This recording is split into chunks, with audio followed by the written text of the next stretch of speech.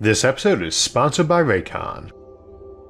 We spend a lot of time talking about how to colonize other planets, but not so much about life for folks doing it. What does it take to become a colonist, and what would life be like as one?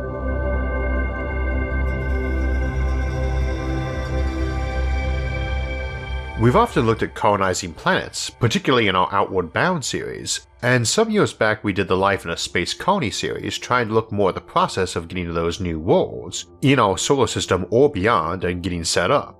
While both series were very popular, one complaint I sometimes get is that I never really addressed what it took to become a colonist, and what their lives would be like. So today we'll be taking a look at life as a space colonist. That's a fairly broad topic since we need to look at everything from selection criteria and motivations to all the ways life might be like on all the different worlds we might colonize. Life would be very different under the dome on Mars or the lava tubes of the Moon or the cloud cities of Venus, and doubtless every planet in the galaxy will be unique in some way. Of course, to experience those unique worlds, you first have to be selected as a colonist and make the journey there.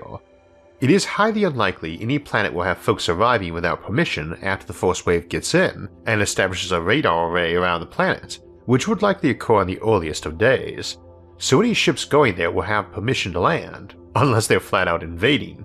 You might be able to get on board as a stowaway, but not likely. There is no air drag in space, so they'd notice even a small difference in mass, not to mention water and air consumption, and odds are future cataloging and inventory systems would note someone hiding a crate. For today, we are assuming you got to your colony openly and with permission. Now down the road it might be they are in so desperate need of volunteers that the screening process for coming is that you have a heartbeat, can sign your name, and show no obvious signs of being a psychopath. But it's also rather likely they'd be able to be fairly picky, at least in the early days and possibly forever. So a pivotal aspect of colonist selection is going to be a supply and demand issue. Can they pick from the cream of the crop, or do they need to scrape the barrel or incentivize to get their colonists? That might depend on the individual colony too. Some paradise planet might have no shortage of volunteers willing to pay money, while some trash heap of a world might need to offer big signing bonuses and still take folks most would not want as neighbors. Speaking of money though, it does raise the issue of what the selection criteria are when we're talking about the cream of the crop. It might not be too obvious either. Back when we were looking at how to survive a doomsday in Evacuation Earth, a point I made there was that while we often assume our best and brightest scientists would be going into the bunker or ark, a civilization would be better off protecting its remnants in most cases by bringing some skilled teachers and a library rather than its best theorists and experimentalists, as they won't be doing much experimenting or theorizing. Something similar applies to colonization. You need scientists, but they're not doing groundbreaking new research or solving problems in the way we tend to see in sci-fi shows, where there's always a science officer figuring out life and death problems every episode. So too, a lot of what a colony needs is labor and breeding stock, to put it bluntly, but there's a good chance virtually all labor is going to be robots, and the critical skill in short demand will be people who can fix and tweak robots. Maybe the thing any colony is going to need the most though, if they want to make green new worlds, is a lot of cold-hard green cash. It doesn't really matter what their economy is, more or less like our own or so high-tech and post-scarcity that money is something strictly used for very bizarre or unique desires. Starting a colony is going to be far more resource-intensive than most other daily activities. Maybe you've got self-replicating machines that can take a blueprint, land on an asteroid, and convert it into a spaceship complete with all its colonial gear and journey supplies ready for 10,000 colonists. But that's still more resource-intensive than building an orbital space settlement, let alone telling those same robots to build 10,000 houses and the necessary support infrastructure to feed and supply their inhabitants. The energy needs of an interstellar ship just to get up to speed and back down again will generally be orders of magnitude higher than the energy need to run life support and hydroponics for that trip's duration, potentially a million years or more of what it would take in terms of energy to keep folks alive on a stationary settlement. Once you've done that, you have a whole new world or solar system to draw resources from, but the initial expenditure per colonist is huge compared to what is needed to sustain another person staying home. And maybe the coin isn't monetary but influence or prestige, though most likely it's both. You've got to get settlement rights on a place from whoever controls that, you've got to get the ship built, you've got to support all those colonists for the trip, and you got to pay for all the screening and training that comes with them. Then there are the support personnel, not just for the setup and voyage, but after it too. Unless you're completely cutting ties with Earth, you'll need folks who stay behind to provide continuing support. making sure you're getting sent the latest tech updates, as well as news, movies, and books, and warning you if a shift in politics means the next ship coming behind you will be sending in troops instead of additional colonists. So that's one role in a colony that we tend not to think of, the folks who won't even be going. They may outnumber the folks who do go, as doubtless they will for all our force bases throughout the solar system, with far more folks at mission command and attached enterprises than actually at the base. However, in a lot of cases, if we're not thinking of governments establishing colonies, it's more likely to be big groups for ideology or commerce, much like colonies founded in the Age of Sail. Early colonies probably will tend to be founded by existing terrestrial governments, but the interstellar ones probably not after the first few. We think of colonies and we think of the first ones, but while Alpha Centauri might be a bit over 4 light-years away, there are over 1,000 solar systems that are within 10 times that distance, and 1,000 times that within 100 times the distance. Of that first 1,000 stars alone, the inner core where a message can be sent or applied to in under a century, how many prestige efforts by governments would we expect? And what's their motivation for doing more? Barring fast and light travel, there is no realistic scenario for adding them as territory the way a nation might now, or even might contemplate for the solar system's other worlds. So most of these in the inner core, within a century of communication, will probably not be settled by nations as some sort of effort to win prestige or expand their turf. This leaves us groups willing to do it for its own sake or profit, or because a prophet told them to. An awful lot of colonies and exoduses down the years have been motivated by religious leaders and promised lands, and I'd suspect a very large number of colonies will be founded with that in mind. And historically, religious groups are the largest share of charitable donations. Fully a third of charitable donations in the United States are directly to religious organizations, for example. So if you're having problems finding commercial opportunities for funding and governments aren't funding them beyond the first handful or some incentivizing, then I'd say the most obvious pathway for funding would be religious groups or more broadly ideological groups. So that might be your first question on the colonist screening application. Are you a member of this group? Or can you afford to pay in your share for the expedition? Sending second and third sons off to find a new land is certainly a common approach historically too. It could easily be both. Wealthy individuals seeking new lands for themselves or their children, ideological groups funding new colonies, and of course not so wealthy people giving up their life savings to buy a chunk of currently desolate, lifeless world. Now for the individual or family group, this is potentially a heck of a good investment. Whether you have life extension to permit you to see a future world yourself, and possibly live to see it turn from barren rock to paradise, or you're aiming for that future for your descendants, it's one of exponential growth if successful. Just to give some perspective, even if a colony ship or fleet included fully 1 million people, and was only claiming a specific planet, not an entire solar system, an Earth analog in terms of size and land-to-sea ratio, if evenly divided, would be 150 square kilometers or 37,000 acres apiece. As we discussed in the Life in a Space Colony series, you probably never settle a single planet when you're going to a new star system. You start off settling various moons and asteroids to get all the infrastructure you need for terraforming a planet before ever landing on one. However, that informs us what the stakes are, both in terms of the actual land stakes and what the payoff for the gamble is. It's even bigger for something like a Gardener ship, the colonization method we introduced in that series and expanded on in Galactic Gardeners, where a ship moves from system to system out toward the edge of the galaxy colonizing, replacing its numbers in the decades between stops, and colonizing each new system with whatever portion of its crew felt like disembarking. To be a colonist, if successful, is to be immortal, or at least very long remembered. Most towns whose history isn't buried so far back in antiquity that was founded before written records were common generally have a name associated with them, sometimes accompanied by a plaque, statue, or some other monument, which serves as a continued legacy for the person or peoples who were instrumental in founding it. Even in situations where person-oriented monuments are absent, culturally specific landmarks typically remained to tell those who came after what the culture valued. Something analogous to the Rosetta Stone, Code of Laws, or Voyager Disk might serve to ensure that founding colonists in their societies were fundamentally remembered if or when their individual identities have been lost. So there we have our big motivations for interstellar colonization. The aim will be a bit different for interplanetary colonization, or if we invent faster than light travel or communication, but for interstellar colonists it means leaving forever to put your mark on a world for as long as they keep records. There are 1,000,000 mountains on Earth. In a new world, having one named for you would be a minor item. Same for islands and maybe even continents and future metropolises. The least colonist, who barely had the funds or prestige to get a cramped berth on the ship, is likely to have a statue erected to them in the town square someday. For people with more capital, the equivalent of second sons of powerful families, or those with power who just want to leave, even having the whole planet named after you is plausible, or having a whole mountain carved in your likeness. Those are powerful incentives. For ideological groups, it's a chance at the promised land. I suspect most folks, even if just in a moment of passing exasperation, have wished they lived somewhere composed of folks who agreed with them. For those who are really passionate about it, it's the chance to found an entire world that from its inception followed the teachings of Adam Smith or Karl Marx or Jesus or Buddha, potentially a lot more niche than that too. A specific sect or ideological faction with maybe a few 100,000 devoted followers decides to pack up and ship out some or all of them to a new world. They might even get help from others. After all, exile is a classic way to get rid of folks who your civilization, or at least its leaders, find irritating and troublesome. Offering them a grant to get the heck out of your territory might be an appealing option for many nations. Closer to home, in time and space, we might ask what the criteria for our early colonists will be.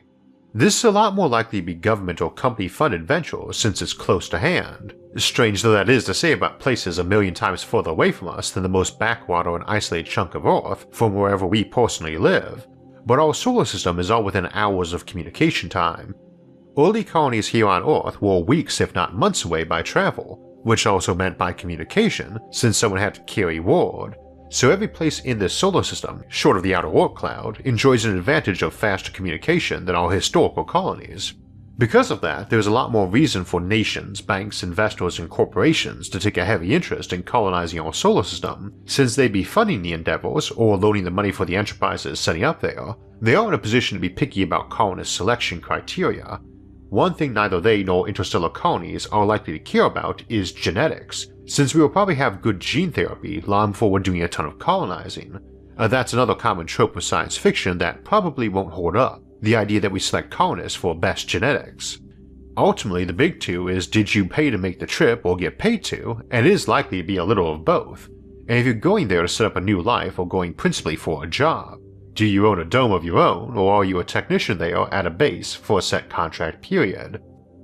Let's imagine you are a Mars colonist and you've purchased 25 square kilometers of good Martian regolith to call your own. You're not on a base, it's your own place, an hour's dune buggy ride from the base. Did you bring a spouse and kids, or are you looking to start a family there?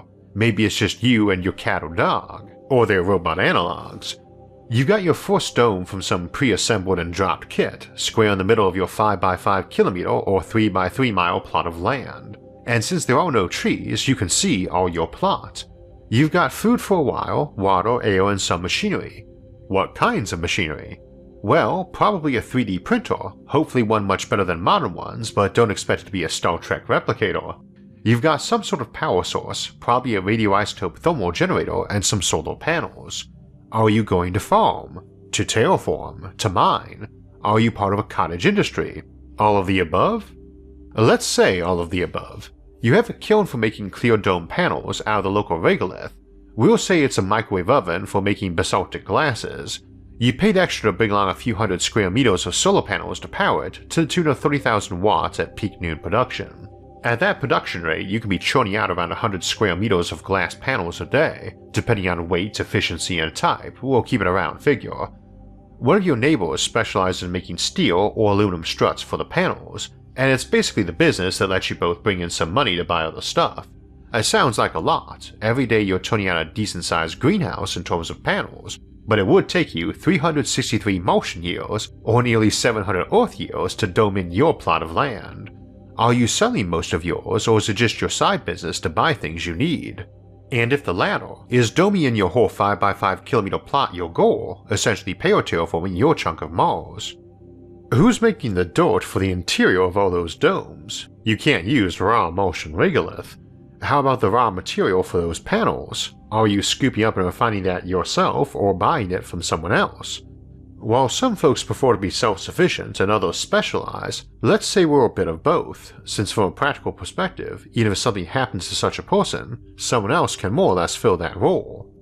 We have a neighbor who has vats he dumps regolith into to process and brew microbes into and sell to folks building farming domes. When you don't need room for plants, you just use some metal sheeting and rocks to build yourself a big thick structure with plenty of protection from outside. But you've got to buy your airlocks between everything, even rooms in the same structure probably. You buy air tanks off folks for storage, and you bake oxygen out of your glass as you make those panels, and maybe you sell excess oxygen to folks. You pay a pretty penny for all the nitrogen you need for those plants, and for your water brought down from the poles. You spend a lot of time cleaning and polishing those solar panels, since you've got to keep them free from dust. Once a week you get in your land crawler and head into town, a base of a few hundred where you can get some shopping done, sell some of your panels and some of the produce you grow in your domes. You can call all your neighbors up on the phone easily enough. You've got a satellite phone and you pay a pretty penny for your uplink. There's probably plenty of social media and chat rooms, and if you don't mind the signal lag of several minutes to an hour, depending on how close Earth is at the time, you can chat with your friends and family back home. But you like going to town to see actual humans. There's probably a restaurant there, probably a bar, probably some places folks hang out.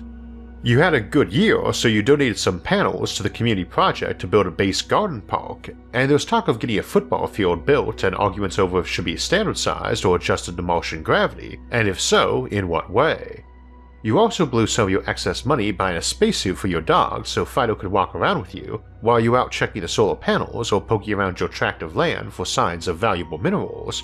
You've added to your solar panel farm and added some more kilns, and folks often visit to buy some and spend the evening having dinner and playing a board game. Maybe you've built a dome big enough for some limited livestock, perhaps even large enough to support a small woodland or orchard. This is life. It's rougher in some ways than being a pioneer in colonial days. You can't just get a plot of land and knock some trees over to build a house, then graze animals on it and grow crops. Not that doing that was ever easy either. In other ways it is easier. You are never any more alone than you need to be, with instant communications planet-wide. And you probably have far better digital entertainment than any of us nowadays have. Endless books and films and games and virtual reality to spend your free time on, though you probably have to pay for those too. One day in town you meet the person of your dreams and decide to start a family. Maybe a few new colonists arrive and stay with you for a time while they set up their own domes. Maybe on a piece of land you're renting or selling, maybe on an adjoining lot, or working for you inside your expanding domes. Probably been buying some robots too. If you have kids, do they go to school somewhere or is it all online, some variant of homeschooling and virtual conferencing maybe? The town's growing. Do they have an appointed leader from back home or someone you all elect? Is it important to you or something you find mildly irritating when you go into town and have to pay sales taxes, and some official pokes you about paying taxes on all those panels you make and sell? The answer will be different on every world, and probably every settlement of Mars too. I doubt any one nation from Earth will succeed in claiming it all for themselves.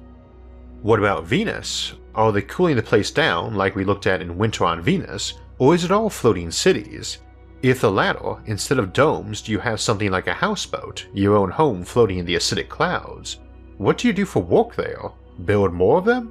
Refine nitrogen and sell it on to the nearest cloud city for export to Mars and orbital habitats? Maybe you build giant floating solar panels. Or are you an asteroid miner? Maybe you have a whole asteroid to yourself and even signals to your nearest neighbors take a minute. Do you have your own spaceship you use to bring your wares back to a bigger asteroid settlement for sale, or do you refine it on hand and sell it to passing ships who gather it for a cut of the value? Or are you an ice miner out in the Kuiper Belt? Do you live on Europa, Jupiter's icy moon? If so, are you on the surface or is your home a submarine prowling its subsurface oceans, docking to tall skinny cities that slice through kilometers of ice between ocean and airless surface?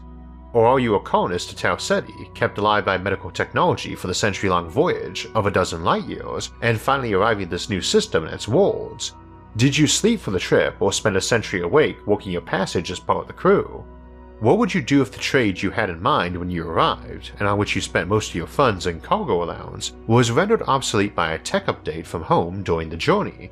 Do you trade it all for scrap and spare parts and become the equivalent of a farmhand for another colonist till you can earn new land? Or did your fellow colonists pitch in for you and others rendered redundant to help you start something new?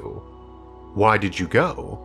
Was it because you wanted to get away from home, or because the colony offered a chance to live under whatever code or creed you all thought was right, but most folks back home did not?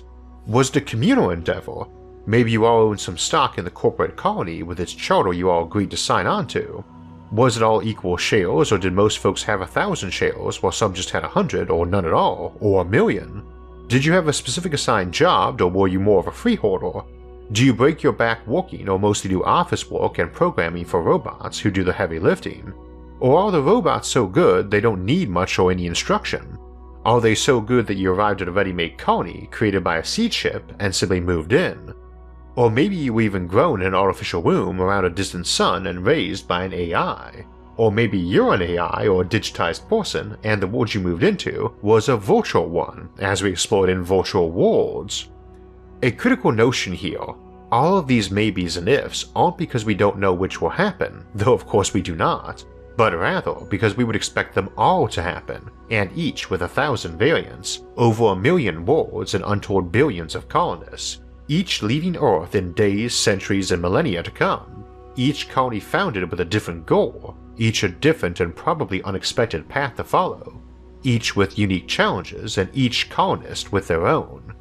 As the question of if we'll be able to find volunteers, folks willing to pay for the trip or demanding pay for it, just ask yourself if any of these scenarios appeal to you. If they did, you've got your answer. For me, I don't know. I'm a rural kid used to my gardens and forests and quiet, and married to a farm girl who raised 6 younger siblings in a house she helped her parents build, and I still don't think either of us would be inclined to the pioneering life. I remember when driving on our honeymoon we listened to an audiobook chronicling an English settler's life when she and her husband and children moved to frontier Illinois in the early 1800s, and while I found it captivating, I can't see myself personally ever boarding a spaceship for a colony, for all that I give much to give others the opportunity to do so, and vicariously live their dreams with them. How about yourself? Would you pack up and journey to an alien world to live and raise a family under an alien sun?